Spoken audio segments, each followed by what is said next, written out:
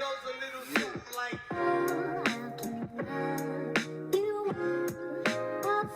Hi, everybody. Hi. Welcome to our first episode of Ballrooms and Bachelors. I'm Camille. I'm Matthew. And we're going to get started. This is the first time I'm ever doing anything like this. I think it's the same for you. Yeah, it is. All right, so we're going to get started. Okay, so I think we first wanted to just start a little bit about ourselves and like who we are and why we're doing this. So I think a lot of this was Matthew's idea first, so I'll let you start. Take it from there. Oh, awesome. Okay, so yeah, as Camille had mentioned, we both have been watching The Bachelor and Dancing with the Stars since we were both really young, pretty much since like the beginning. And I've seen all these podcast and video things that other Bachelor, whether it's people from Bachelor Nation or from the Bachelor franchise itself, have done podcasts like this, recapping stuff and just kind of talking about their daily lives and stuff like that. And I thought it would be really fun to be a part of that. And so I asked Camille at one point, I was like, oh, do you want to do this? And she said yes, thankfully. And I'm just really glad we did, because this was something I've wanted to do for a while. And yeah, I think it's going to be so much fun. Yes. And I was a competitive figure skater for many years before I danced. And I'll talk a little bit more about that later, but I do work full time in the pharmaceutical industry, and I really still enjoy doing a lot of creative projects outside of work. So I really just, when Matthew mentioned it at first, I was like, I have so many things going on. I don't know if I can do this, but I kept thinking and I was like, you know what, let's just go for it.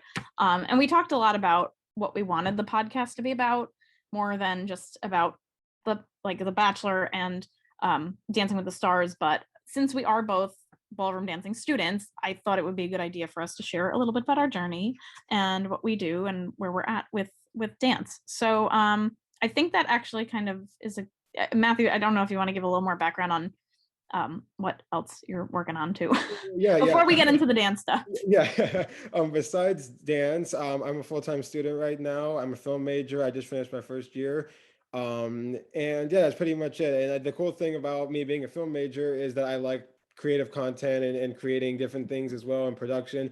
So this is a really cool way to actually get involved with that as well when I'm not in school. So yeah, I think it's a really cool thing. So besides school and dance, and then I'm working part-time as well. So that's pretty much what I'm up to right now. Awesome. Yes. I was like, we got to make sure we talk about all that too. So I think we wanted to talk a little bit about how long we've been dancing. So I've been dancing for almost 6 years now, at least in ballroom. And I did have many years, like I said, I mentioned, I was a competitive figure skater for 20 years. I also did ballet, tap, jazz, theater, like dance classes through the years, but I switched to ballroom back in the summer of 2016. I started, and I really only started competing more recently. The first few years I was involved with ballroom, I was still competing for skating, so it was hard to juggle the two of them, but I've done quite a few showcase numbers, and I have competed in international Latin and international standard dance, and I've also done some social dance competition as well. I am currently planning to do the American Open Dance Sport Championships, I think that's the full name, in July in Jersey City that our studio is hosting, and I will be competing in international Latin in open gold. This is the first time I'm doing open golds, and I also, like I said, I also compete in silver for international standard, but I'm not planning to do that at the July competition. So I've been working a lot on the technique and the performance and all of that. And we go to Dance With Me studios. We're in one of the New Jersey locations, but I think the great thing about the Dance With Me family is people are all over the country. And it's been a great experience, and we got to meet each other through that. So that's a little bit about my background with dance, but yeah, go ahead. So with my background with dance is that I've loved watching dance, and that Dancing with the Stars is like the main thing, but then also like other dance shows like So You Think You Can Dance and stuff like that, since I was very young, probably like early elementary school. And I had always had the dream and fascination of wanting to start dance someday. I had done some like minor like dance, like tap and contemporary stuff like as a young kid, but it was like not something I really stuck with, and it had become a huge part of my life. And when I'm originally from Florida, so then when I moved up here, I've had that goal and dream of wanting to start dancing in both places I lived.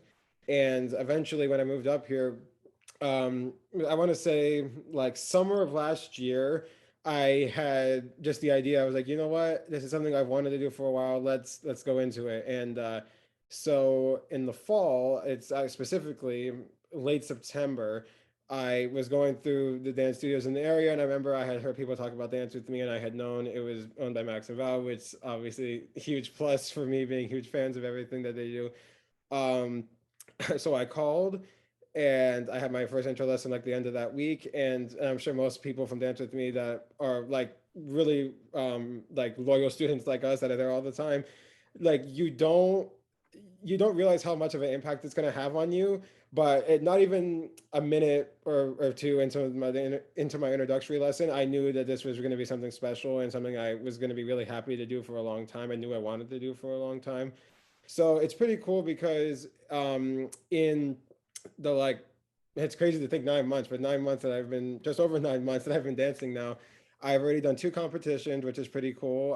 I did something that our studio calls mini match, that is like a virtual competition. So it's like with less people in the studio, to kind of get your feet wet in the competition world. And that was honestly the best thing I could have done as my first competition.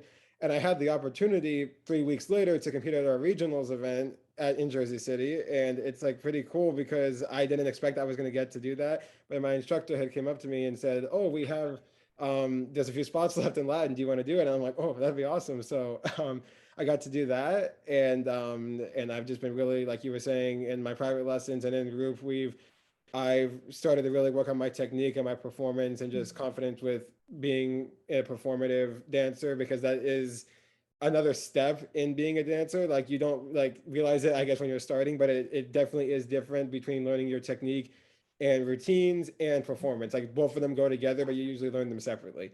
And so that's something that I'm really working on now. And my big main goal is, we're also, it's such a long name, but it's like a American dance sport Yeah. competition final. Yeah, it's a really long name, so it's hard to remember, but I'm competing in the big competition at the end of the year in Texas. So my instructor and I, and I'm sure a few other people from our studio, are gonna compete down there. And when I first started, I started to do, like, I kind of like dabbled in all the styles just to kind of get like acquainted with all the ballroom styles. But pretty much since like November, I want to say, of last year, I've pretty much stuck with international Latin. That's what I've been competing in and doing in my private lessons.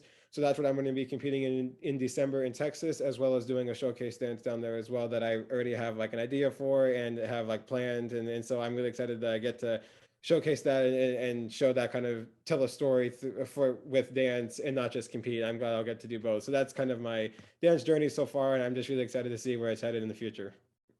Yes, I think it's honestly how much you've done in the past 9 months. And, It's crazy. I think I met you a little after, like a few months after you had started. Yeah. And I think it's just like, even just recapping all of that, I was like, oh wow, it's only been 9 months. It's crazy. Yeah, I think I might just want to add also, we are not affiliated with Dance With Me in the sense of like the podcast is not.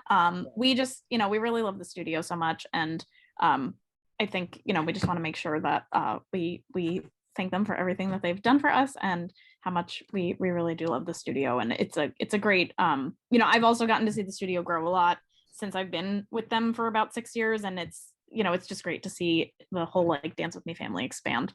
Yeah, and even like in the 9 months I've been there, it's been the same thing. I've seen them grow so much and than I would have ever expected. And the cool thing, like you were saying, is that since the studio is like nationwide, a lot of times in these big competitions that are in different places at like big hotels that we've been talking about, all the people that come from like the West Coast or from other East Coast locations, you're gonna get to know them, become friendly with them, which is pretty cool, because like not every other dance studio is like that. And they really treat their students like their family, which is like so awesome. You will become really close with all the instructors, and like have mentioned many times with people, they really become your friends, and the students there really become a family. And I've mentioned this with Camille quite a bit, is that I feel like over time, over the last few months of this year, we have a pretty core group at our studio, which is cool to kind of catch up with everybody and stuff like that. So yeah, I definitely agree that it is a very special place, and for sure just want them to shout them out, because they are pretty cool. Yeah. And in addition, so since, we are calling the podcast Ballrooms and Bachelors, I definitely want to make sure we turn our attention back to the Bachelor stuff. Just because I figured, some of the people that hopefully will, enjoy listening, they might be interested in the dance stuff, the Bachelor stuff, both of it. We'll see. Yeah. So how long have you been watching the Bachelor shows and Dancing with the Stars? So I've been watching Dancing with the Stars since right when season 4 started. So that was like 2007, I want to say. Okay. And that was the year that Julianne Hough and Apollo Antonino won. Okay. And so I remember that very vividly. I remember just it was on one day, the premiere, and I was like, oh, this seems cool. And like I had said, when I started watching it, my fascination of dance had really elevated, and I just really loved it. And so I did that, and then the Bachelor show, I haven't been watching as long as you, but it's but I've still been watching a while. I've been watching since Emily Maynard's season of the Bachelorette, which was like 2012, 13. So over 10 years at this point. It's pretty crazy to think I've kind of invested as many hours I have into the Bachelor franchise, because there are some crazy stuff that happens. But yeah, it's definitely an awesome franchise to follow, and get to kind of follow the people that are a part of it as well. So that's kind of my story with the 2 shows. Yeah, like Matthew said, he hasn't been watching as long as me. I've watched the Bachelor shows since Trista's season in 2003. I was 11, I turned 12 like around the time that the season aired. So some people are like, you watched that show since you were that young. Yeah, I watched every single season after that. I watched The Bachelor Pad, Bachelor in Paradise, Bachelor, Bachelorette, every single one. And so yeah, I guess 19 years if I do the math. And then in 2005, we looked it up right before we started, is when Dancing with the Stars started. I was 14 years old, and I watched every single season of Dancing with the Stars too. So I'm really invested in both of these. And I think, the one thing too that you kind of touched upon is that, like, I think some people, they're always like, oh, well, The Bachelor's like trash TV and blah, blah, blah. And I think it's also different. Like, there's different eras of the show too, because there's like before social media and now, like, when there is social media, because it's always the question, are people going on the show for the right reasons? Yeah, I mean, I think the thing that people that don't watch the show, I don't think they totally get that, especially the way that they've done it more recently. Yeah. And not even more recently. For a lot of time, it's just kind of like, you piggyback off of one season into the next season, into the next season, and like, who is you're invested in the storyline of the one person, and then that's why you want to watch the next season. So I think, I mean, we'll call a spade a spade. We know the production messes with us. We know they're putting on a TV show. We know that they manipulate the drama. I mean, I think there still is a lot of truth to what happens. And I think that because I've been watching the show for so long, like, I know that. And I think people that just kind of pass by, they're like, this is over the top. This is ridiculous. And trust me, and I'm sure we'll get into it, I definitely have criticisms about production over the years. But I think especially what's been cool about with the social media aspect is it's like, you can really see these people. And a lot of them have really just gone on to take their platform to do great things. Like, I have Caitlin's scrunchie from Do Edit on my wrist right now. And, I think it's people that it's like they're talented aside from the show, and then the show gave them a platform. And, I think it's just, I also, something that I'm just passionate about is like people that kind of live like this, like, untraditional life. And it's really cool to see. Like, there are some really interesting people that go on the show. There's also some crazy people. I mean, we're all a little crazy. So, so I think it's just, it's kind of, and for me, I think I also find it fascinating of, like, everybody thinks I'm crazy sometimes because I say, like, I psychoanalyze a show. I really think it's like an interesting study on, like, human behavior and relationships and, like, different situations. And I feel like I've learned a lot from it, and I have a lot of information and knowledge to draw from seeing all these interactions and circumstances and things. And I don't know, I'm sure we'll get into that over I totally agree. And I think, like, you're so right about the, like, show before social media and after social media, because when I started watching, and obviously for sure before you started watching, or when we both started watching the show, social media was really not existent. Even though when I started watching the show, social media had started, but it was very, like, Instagram was, like, kind of in its first year, and, like, all the other ones are pretty new besides Facebook. It really wasn't much of, like, a topic of conversation to where people had social media or really used it. So but now, and so that's why I think, like you were saying back then, before social media, the show was like, oh, it's these reality show stars, and like that's kind of what they're known as, and Yeah. they really don't interact with the fans or the public of fans of the show. But now, like the Bachelor Nation and well, just Bachelor franchises as a whole, they get to interact with Bachelor Nation a lot through social media and different meetup events, and they have the tour going on and everything, Oh, which yes. that they haven't done. Yeah, which I did go to. Yeah. We could talk about that later. Totally forgot to put that on our agenda of things to talk about, but Yeah, I know we have so much to talk about. We're probably going to end up having so much to talk about. Yes, you guys will get to know. We're going to talk a lot, but that's just our personality. yeah, and I think, I don't know, I kind of like thinking back, I feel like it was kind of around like Chris Soules' season and Caitlin Bristow's season that I feel like that's when it started. I'd have to do some research on what years those were because I lost track of time. I feel like those were kind of around that time or shortly after that time. That's when like the social media stuff started, and then people, because I remembered like following people specifically from those seasons on Instagram like around that time. So something we talked about too is like about how one season leading into the next season. So we're filming this a little ahead of time, a few weeks ahead of the premiere of the Bachelorettes, since it is plural this time. So I think, and just in case anybody doesn't watch The Bachelor but still want to listen and they kind of want to follow along with the plot line. So last season was The Bachelor with Clayton, and our Bachelorettes are from his season. So if you want to give the recap, and I'll let you do that part, and then we'll take on the next part. Boy, where do I start with this? As you fans of The Bachelor probably know, Clayton's season was a hot mess, but there were some things to enjoy from it. And like we got Gabby and Rachel out of it, and and like the same with the thing with Susie and Clayton. Like I know some people were not happy after the Faros that they were together. Like if they're happy, that's fine with me. I understand that the whole thing that had happened in the show, yeah, I was upset about it too, how stuff went about and how he handled it and how the show handled it in production and stuff like we talked about. But I am not gonna like be the kind of person that's like, oh, I wish them to fail their relationship or they don't like last or whatever, because that's just not me. Yeah. But so I'm not really sure where we want to start the recap, but do you want to just say kind of like want me to say where we kind of follow into this season? Yeah, I mean, basically why is it Gabby and Rachel for people that didn't watch anything aside from the preview? Yeah.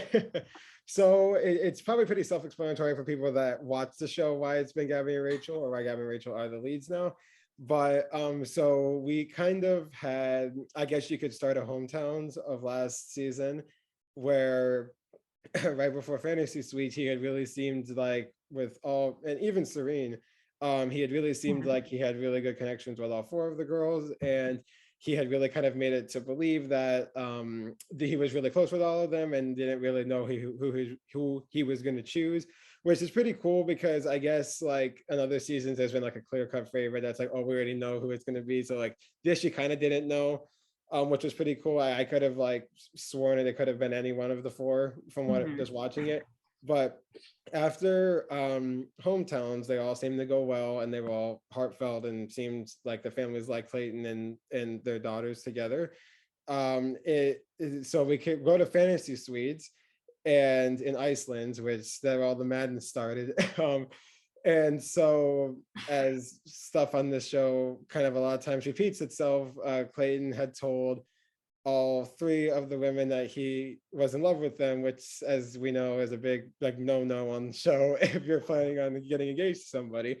Is especially in recent seasons where that kind of becomes a topic of conversation or a deal breaker for people, which understandable because in the real world that usually is never even a topic of conversation. So it's like understandable. This is where we could talk about like people that don't watch The Bachelor could see it's like kind of a crazy show, but I digress. So I'm getting my names next up. There's so many names.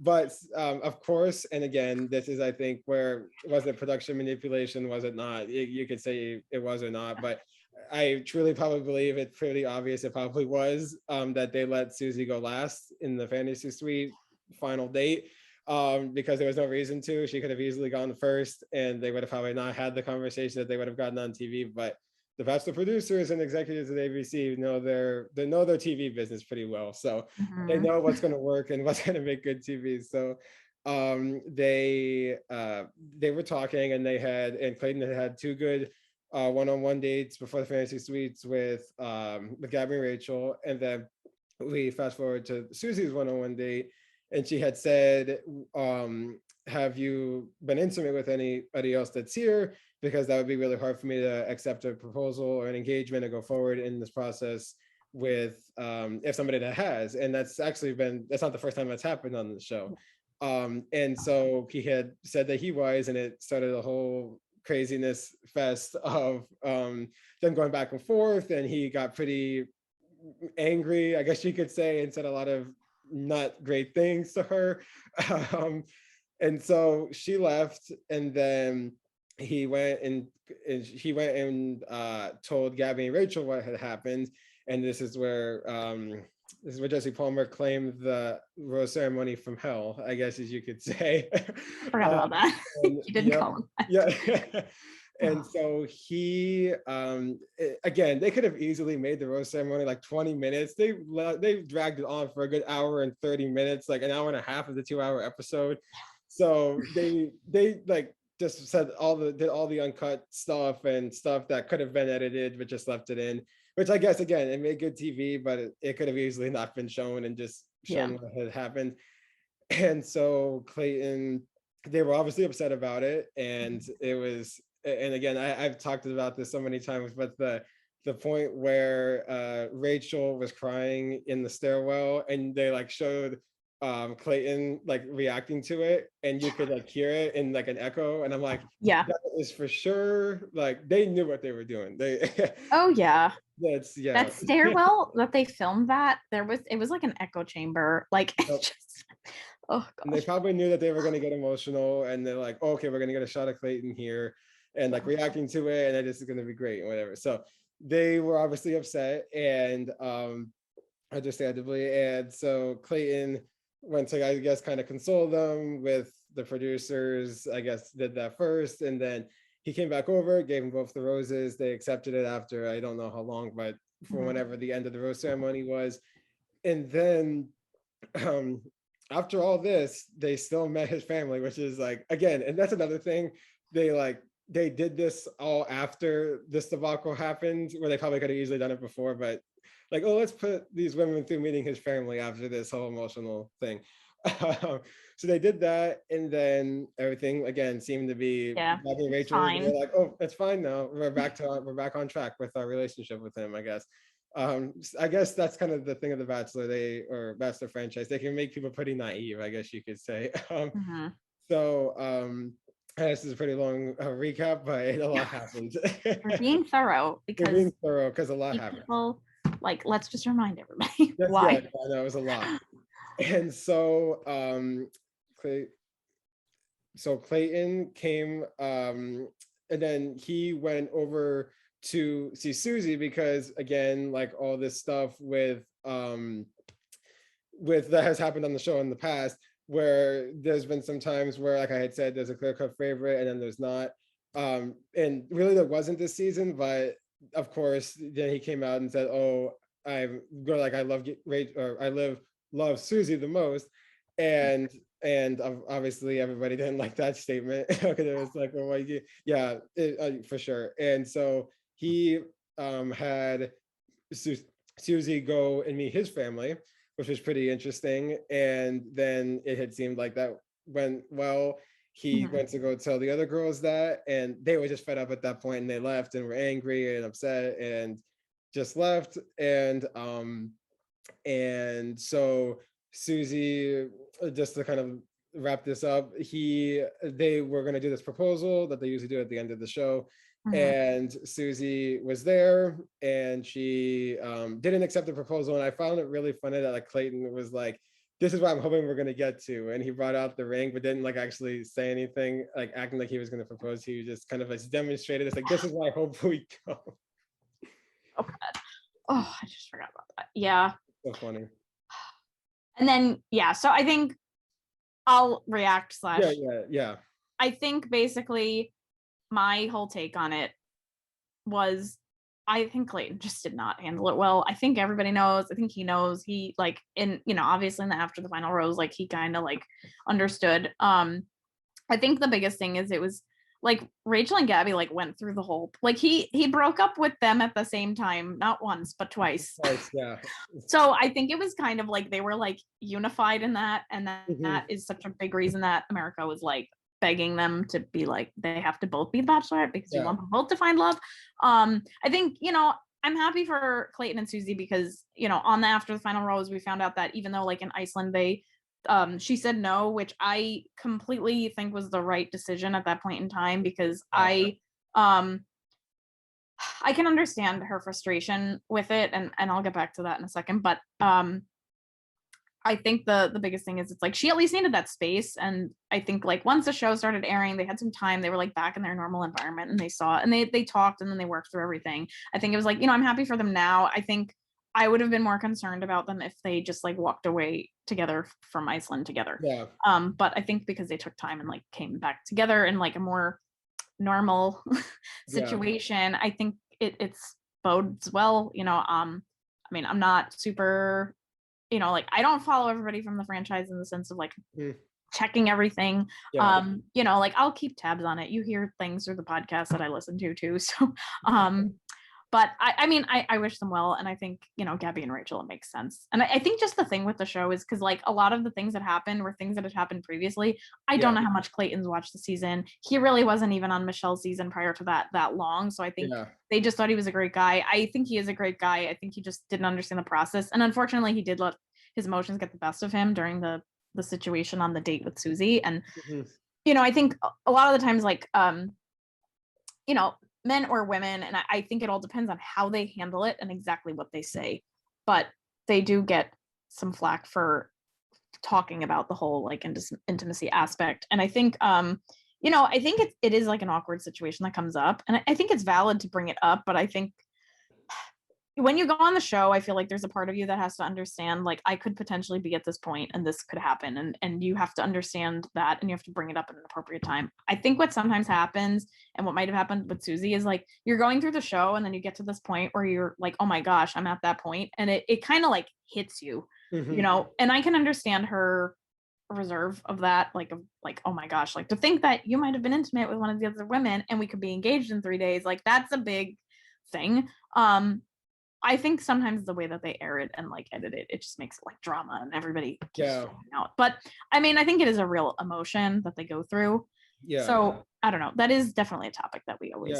And I don't think that people sometimes maybe realize it too, that it's like, oh, real human emotions are going to be felt on this TV show. And I guess that's probably, again, that probably what Susie felt. And they obviously played it up, like you were saying, the editing and kind of like posting of things, especially after the final rose, where first with like saying, oh, Clayton's with somebody, but we're not going to say who. And then they showed Susie, but like only from the waist down. And they didn't like say, and then of course, when she walked out, everybody was shocked. And then with the whole, it's not Gabby or Rachel, it's Gabby and Rachel, the whole thing. Well, that one I liked. That was kind of funny. But that one was cool. Oh, but I think kind of people already expected it, which is, I guess, kind of funny. But because I wouldn't wonder what the reaction would have been if it was anybody else besides the two. Oh yeah, Even if it was somebody that the friends or that Bachelor Nation liked. Yeah, 100%. Because it kind of seemed like it was already set in stone that everybody wanted them, so it was just And we'll see. So so I think let's talk a little bit more about what we're looking forward to this season. Let's do it. Yeah. We wanted to discuss, you know, okay, now that we have the whole history and the background on Gabby and Rachel and on Clayton's season, and we're happy for him and Susie and all good. What are we looking forward to for Gabby and Rachel this season? So I think for me, for them, I want them to find love, as we always do. You know, I mean, we know sometimes the show's hit or miss, that in the sense of the Bachelorette and the Bachelor, but I do feel like whatever journey that they're about to embark on will help them get toward their person, whether it's from the show or after that. I hope it's from the show, just because I think that would just be awesome. From the production side, I really just hope they don't do anything that's like pitting them against each other in any sort of way. I think everything I've seen from like spoilers and stuff seems that that has not happened. So I mean, of course there's going to be drama. I'm sure there's going to be one guy that likes both of them, and there's going to be some stuff with that, and like he tries It's like that. it's hard to not run into that problem. It's going to happen, I'm sure. But I mean, they're both great and beautiful and stunning. So like, I'm sure that will happen. So I just want it to be successful for them. Like I think sometimes that I do get annoyed with the show that there is just so much drama that it really just detracts from the storyline of the leads and the people and getting to know them. Like, the first few weeks I always feel like awkward, and then it starts to really pick up. So I just hope that there is more love and just at least just general like happiness and positive energy, I'll put it that way, than drama, For sure. So that's what I want. Me too, especially since I think they've been really kind of like zeroing in on the drama for like the probably past 5 seasons, I want to say, to where like that has kind of become the sole focus. Not that the couples that have maybe come off from those seasons and have been together and stayed together and stuff like that, even though that's kind of rare now. But again, going off from those seasons, like that doesn't mean that the seasons aren't successful. But from what I've been noticing is that like for at least the last 5 years is that kind of like at least half, maybe even more than half of the season is like, oh, there's a drama with this person, there's a drama with that person. The lead doesn't know that this person's doing this. Oh, then they're gonna go tell the lead that this person's doing that. So it just becomes that's kind of what the story is focused about, and that's not what I like about the show. Yeah, do I like kind of like some healthy, like just minimal drama that like I guess makes the show interesting? Sure, fine, like I do. But it's gonna happen naturally, it's gonna happen naturally, that's fine. But I feel like again that there's been just like really forced drama that's really unnecessary that can easily have not have happened or not been led to happen. Champagne Gate. Champagne Gate and oh my God. Yeah, you're so right. Like that kind of stuff. So I'm just kind of hoping that this is the season that kind of like maybe starts to go away from that a little bit more towards like the storylines of about each guy, and then what is Gabby and Rachel looking for in the person that they want to end up with and stuff like that. Because I feel like that's what the majority of Bachelor Nation wants to see, because everybody like they love seeing the happiness and the love stories and stuff. And I know I speak for both of us that that's the part of the show we like too. So I'm hoping that that's kind of what this season will have in store for us. But we know there's going to be drama. We know the show too well to not be, I guess, numb to the drama that's going to happen, I guess. Yeah, and the format too. Like, are they going to make the guys pick which girl at a certain point of like you're only pursuing this one? Like, are they going to split them? Is it I don't know. The format is. I'm interested, so we'll see. I haven't actively looked for spoilers. Sometimes I do, sometimes I don't. I mean, the ones that I found for last season were wrong. So I always take it with a grain of salt. But yeah, I don't really want to see any spoilers this year. So we'll see. So yeah, I think we were talking about the guys now. So I think we'll start to segue into that. Okay. I know they did the live stream. I guess it was a week ago from the time that we're filming this, of Jesse Palmer like did this thing on TikTok live and went through the different, like all the guys, and he just like, they pulled up their bio and he gave like a little background on them. And it was, I mean, the whole live, because you watched it too. After I watched it like live as it was happening, it was hilarious. It was really funny.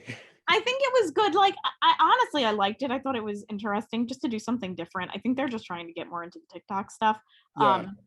TikTok live for me, I am still so confused with it, of how it just seems like there are so many things happening. But I thought it was cool. Like, I think he was trying to just be very positive with the guys and like just talk about their good qualities, and definitely talked about some things. Like, I'm trying to like read between the lines of like he's dropping hints of, like who's the drama this season. So I told you, and this is why I know we were like, let's make sure we both have notes on this. Without getting into details, I didn't put reasons why. This is strictly based on my intuition and hunch as I was watching it. Just, I kind of like was looking at the guys and I'm thinking, are they going to go for Rachel? Are they going to go for Gabby? Or like, I don't know who they're going to go for, but I feel like they're going to be important this season. Okay. And I was trying to go with like either they're going to be important in the storyline. I'm not saying that they're particularly the people they end up with, but these were the people that I had. And like, again, I don't even remember what half of them look like now. I know, me These too. were the names I wrote down as I was watching it and the thoughts I had. So for Rachel, I picked eiiwun, Brandon, John, and Jordan V. Those were the 4 that I'm like, I feel like for Rachel. The ones for Gabby, the only that I felt were like strongly for Gabby were Eric with the H. I don't know if there's another Eric with I no know. H. I I saw that. forgot. Hayden and Justin B. And then I don't know, the other guys that I feel like are going to be important this season are Jason, Matt, Spencer, Tino. And the funny thing about Tino, so Tino is the nickname for my dog. My dog is named Valentino and we call him Tino. So I was like, this is going to be a whole thing watching this. And Zach. Those were the ones that I thought that I'm like, I feel like they're going to be important. We'll see. I saw that it was 32 guys. So I thought that was good because I'm surprised they didn't bump up the number a little bit more, just because it's typically like, it was always 25 and then it turned to 30. And then I was like, oh, just to add 2 extra for this group. I guess they're pretty confident in the group they have. I mean, each of them really only need one person, but you know, it's the probability. And there are twins this season. There are twins. I know. Yeah. It's been a while since we've had twins. There is. Yeah, it has been. But it will be interesting because last time it was Emily and Haley for Ben's season. Ben's season, yeah. And now we have 2 guys on the season and there's 2 girls. So I don't know. We'll see. But what were your thoughts? What did you have on your notes? It's funny because like I kind of picked both this. I wrote down almost like every guy's name, but I kind of like put the significance of like what you were saying. It was funny. We kind of have like the same 4 for each, which is really funny. Oh, with the same people? Same people. Yeah, I wrote down for who's for who. Okay, wait. Oh, wow. Oh, we did not compare this beforehand. We did not. We did not. Oh, wow. All right, go. Let me see what are the differences though. So I have for Rachel, I have eiiwun, who else? Jason, Eric with the H. Okay, so we're opposite on that one. Well, I was on that one, and then who else did I write? And then I think and then Justin B is who I wrote for. Okay, we're opposite on that one. Yeah, opposite on that one. And then for Gabby, who did I say? I said Colin, Ethan, James, and I think that's it. Okay, those are not the ones that I put, but it's fine. We had some of the same. Yeah, but I did mention all the people that you mentioned. All the people, yeah. Yeah. Interesting. I wrote down a few things about who I thought was gonna like, I guess, be, I don't want to say villain, but just who might be like, they might try to play that up. There's a few guys on there. I really don't know how accurate this is, but we'll see. We could, like I said, we could be totally wrong. I'm just making sure that I saved the sheet, and we're gonna go back after the last episode, after final rose, or like or maybe before then, like when we're closer to the end of the season. We're gonna go back to this list, and we're gonna see how like accurate you were. But yeah, that's pretty much it for me.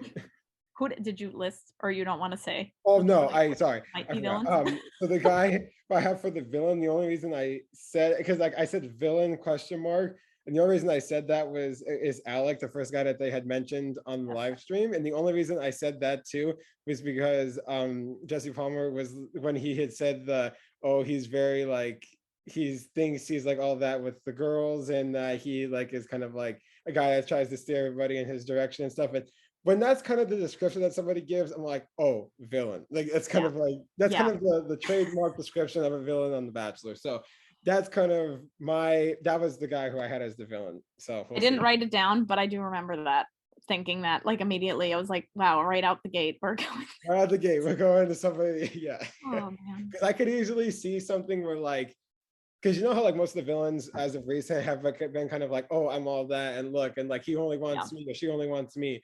And like nobody else has a chance, or there's no competition, something like that. The description that he gave for Alec kind of fit that description, so that's why I kind of thought there might be something to that. Oh my goodness. Well, yeah, I mean, I think that's really all I know we wanted to talk over today. So we're recording this.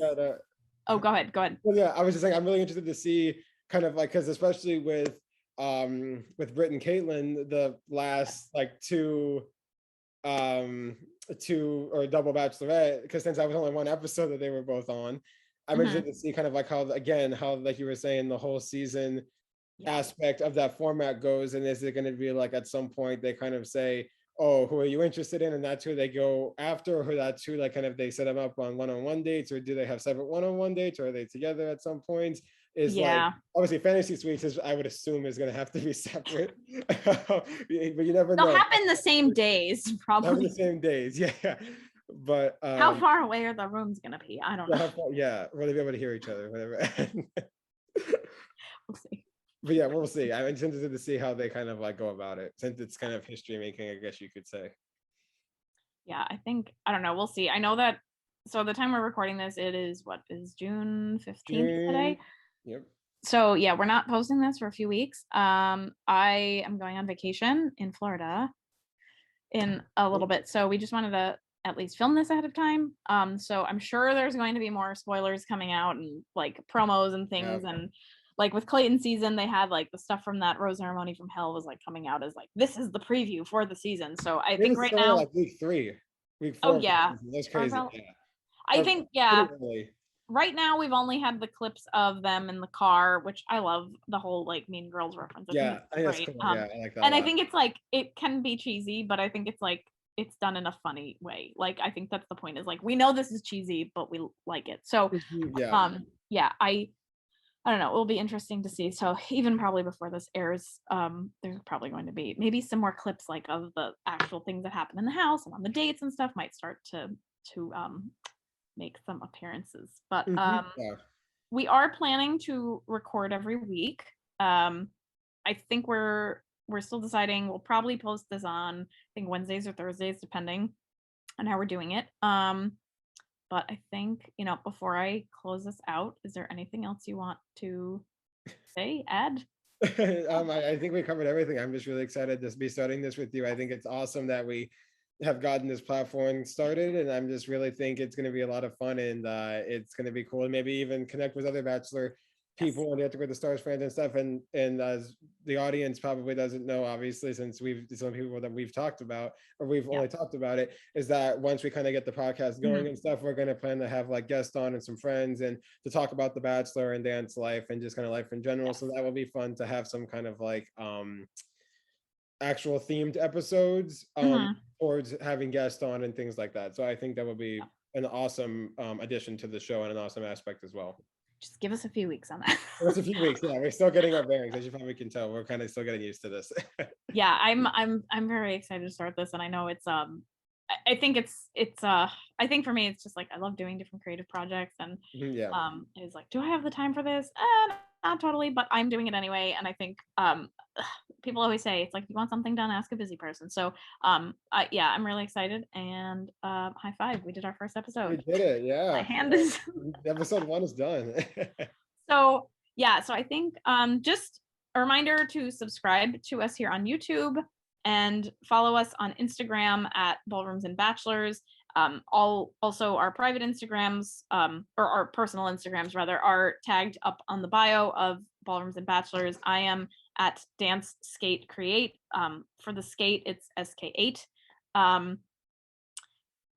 It's also my TikTok handle, and that is the reason, that and Twitter are the reason why that is not fully spelled out. And if you want to say your personal Instagram too, and TikTok. Okay, cool. Yeah. So my personal Instagram is music_king99. It was just something I came up with a few years ago and just thought it was cool at the time. And then my TikTok, I just made it a few days ago because Camille wanted to tag me in something. And I finally got on the TikTok train finally. And so my handle, and another thing was, I didn't want to make it just my name, so I had to think of a cool name. So it's Director Who Dances, is in all lowercase. Director Who Dances is my TikTok. Yes, and yeah, we're I know I've posted some of our TikTok, like, we've made a few already behind. And you know what? I think that's the other thing too. A lot of some of the people in Bachelor Nation, they just like to dance for fun. So I was like, you know what? We'll be definitely duetting more of their content if they keep posting. So yeah, for sure. I think we're figuring out all the different things with different content we want to do. So if you have any ideas or requests or suggestions, put them in the comments. You can message us on Instagram, and we'll check it. And thanks so much for listening. If you've stayed this long, thank you again. Thank you very much. we will see you all next week. See you all next week. See ya. All right.